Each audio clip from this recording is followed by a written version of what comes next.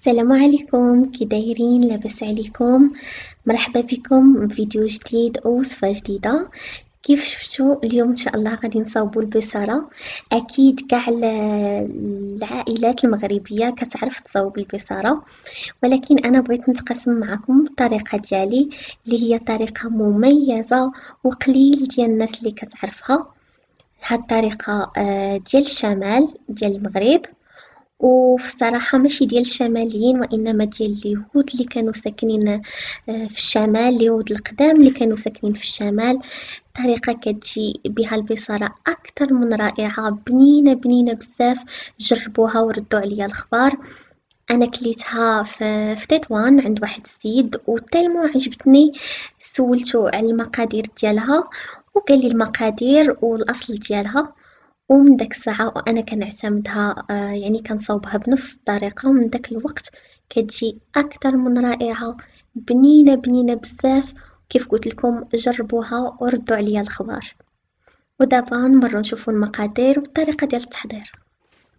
وبالنسبة للمقادير، في أول مرحلة غادي نحتاجو المقادير العاديين البساط ديال البصارة. عندي هنا الفول. هنا أنا غادي نستعمل غير الفول بوحدو، عندي 500 غرام.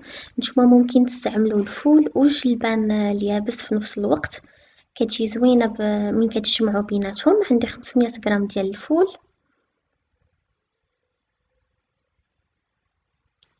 وغادي نحتاج الملح. انا البصاره كتعجبني نطيبها من الاول فيها الملحه باش ما تجينيش باسله. معلقه صغيره ديال الملح، معلقه كبيره ديال زيت الزيتون. دور ديال زيت الزيتون هو ما غاديش يخلي لنا البصره ديالنا تفيض. وغادي نحتاجو الماء، وغادي نحتاجو 5 ديال الضروس ديال الثوم كبار. انا نسيت ما حطيتهمش هنا مع المقادير حيت البصره ضروري تكون فيها الثوم، فغادي نستعملو 5 حتى 6 ديال الفصوص ديال الثوم.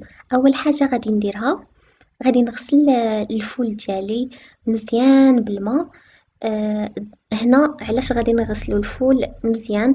حيت من كنغسلوه كنقصو علينا ديك الكشكوشه اللي كتطلع فاش كنكونو كنطيبوه، فضروري نغسلوه مزيان ونحيدو منه كاع داك النشا اللي كيكون فيه. هنا عدد المرات على حساب الفول او الفول والجلبان اللي مستعملين. يعني غادي تغسلوهم حتى ما يبقاش النشا فيهم، يولي الماء ديالنا بيض وصافي. عاد ما نحبسو، وبطبيعة الحال إلا كانوا فيه شي قشور ولا شي حاجة نحيدوهم. هنا واخا عندي الفول ديال القابصة لقيت فيه شي قشور خفاف هكذا، ضروري نقيوهم. صافي هنا غادي ندير الفول ديالي في الكوكوط. كمرحلة أولى غادي نطيب البصرة ديالي في الكوكوط، ومن بعد عاد غادي تشوفوا الطريقة اللي غادي نكمل بها الطياب ديالها. كيف قلت لكم ضروري نقيو الفول أو الجلبان إلا كانوا شي قشور بهذا الشكل. وغادي نزيد معلقة ديال زيت الزيتون، معلقة صغيرة ديال الملحة، و5 ديال الفصوص كبار ديال الثوم، يعني ديال الدروسة ماشي الكركوباس. 5 أو 6 ديال الدروس ديال الثوم. هنا نسيت ما حطيتهمش كيف قلت لكم. وغادي نزيد الماء القياس الكافي حتى يتغطى لي مزيان الفول ديالي. يعني غادي نغطيو بكمية لا بأس بها بالماء كيف غادي تشوفوا معايا. وصافي غادي ندير البصارة ديالي طيب على نار متوسطة. انا الكوكوط ديالي كطيب في الساعة، غادي نخليها نص ساعة. نتوما نص ساعة وحلو عليها. الا شفتوا باقي الفول ديالكم ما طابش، وليو سدو ورجعوه يطيب. غادي ندير البصارة ديالي طيب كيف قلت لكم، ومن بعد نتلاقاو باش نمروا المرحلة الموالية، وهي المرحلة المهمة والسر ديال البنة ديال هاد البصارة.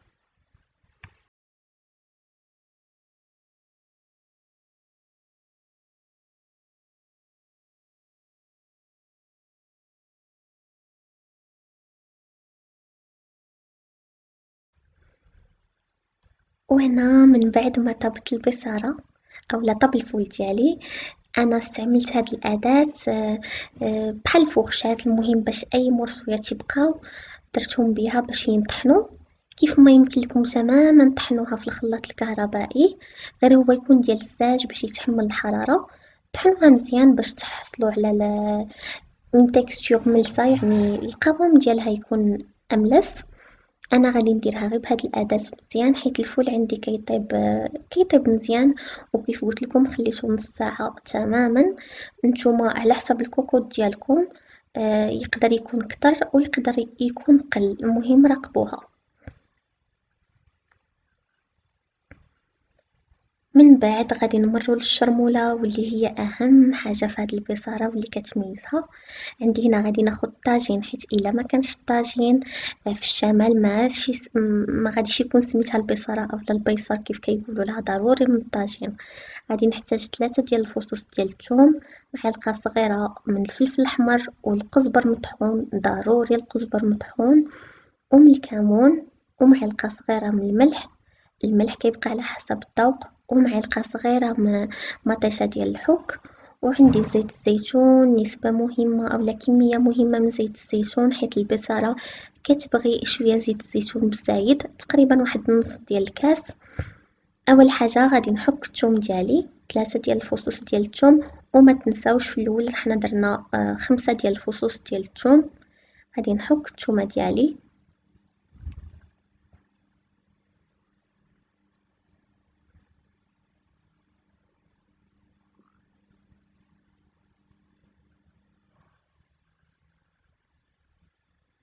وغادي نزيد عليها معلقة صغيرة ديال المطيشة ديال الحك.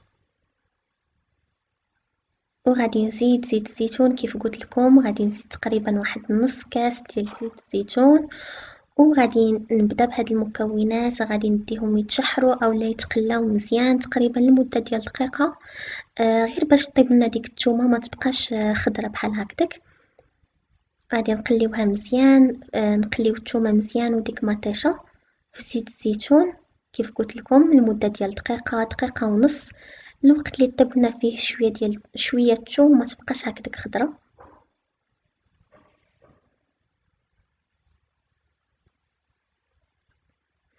ضروري تجربوا البصارة بهاد الطريقة، وأنا متأكدة غادي تعجبكم، وغادي تجيكم مختلفة بزاف في اللذة في القوام ديالها، كتجي زوينة بزاف. طريقة كانوا يعتمدوها اليهود المغاربة اللي كانوا ساكنين في الشمال. وفي الشمال تقريبا ما عرفتش، ما يمكن بزاف ديال الناس كيعتمدوا هاد الطريقة. هنا من بعد ما شحرت الثومة ديالي، زدت عليها معلقة صغيرة ديال الفلفل الأحمر، ديال الكمون، وديال القزبر مطحون، وشوية ديال الملحة، وصافي غادي نبدا نزيد البصارة ديالي. غادي ندير البصارة ديالي فوق ديك الشرمولة، وغادي نبدا نحرك غير بشويه باش يندمج لي دوك العطريه وديك الثومه وديك الزيت مع البصاره ديالي بهذا الشكل، غير بشويه نحاولوا معاها غير بالخاطر.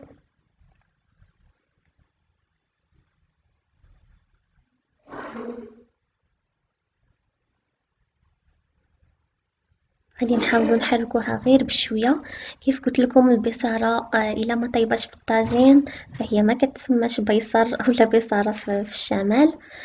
غادي نبدا نخلط غير بشويه كيف قلت لكم، وغادي نقص النار، نقصها تماما، ونبدا نخلط غير بشويه. ضروري في هذه المرحله نحركو، حيت الا غفلنا عليها وما حركناهاش غادي ترسلنا لتحت، وبالتالي غادي تحرق وما غاديش تجي مزيانه. ضروري نحركو، وغير بلاتي نحركو حتى تبدي تغلى ديك البصاره وتعقاد غير واحد شويه. المهم كيف غادي تشوفوا معايا غادي تبدا تغلى، يعني دير دوك الفقاعات. نخليوها تقريبا من تبدا تغلى هكذا نخليوها غير واحد 2 دقائق صافي، والبصاره ديالنا غادي تكون واجده. المهم في هذه المرحله هو التحراك، ما نغفلوش على التحراك، حيت قلت لكم كيف قلت لكم الا ما حركناش غادي ترسلنا لتحت، وبالتالي غادي تحرق. والنار ضروري تكون منخفضه، يعني منقصين لها التالي كاع الحد الادنى ديالها. وهذا هو الشكل النهائي ديال البصارة ديالنا، كتجي أكتر من رائعة، بنينة بزاف.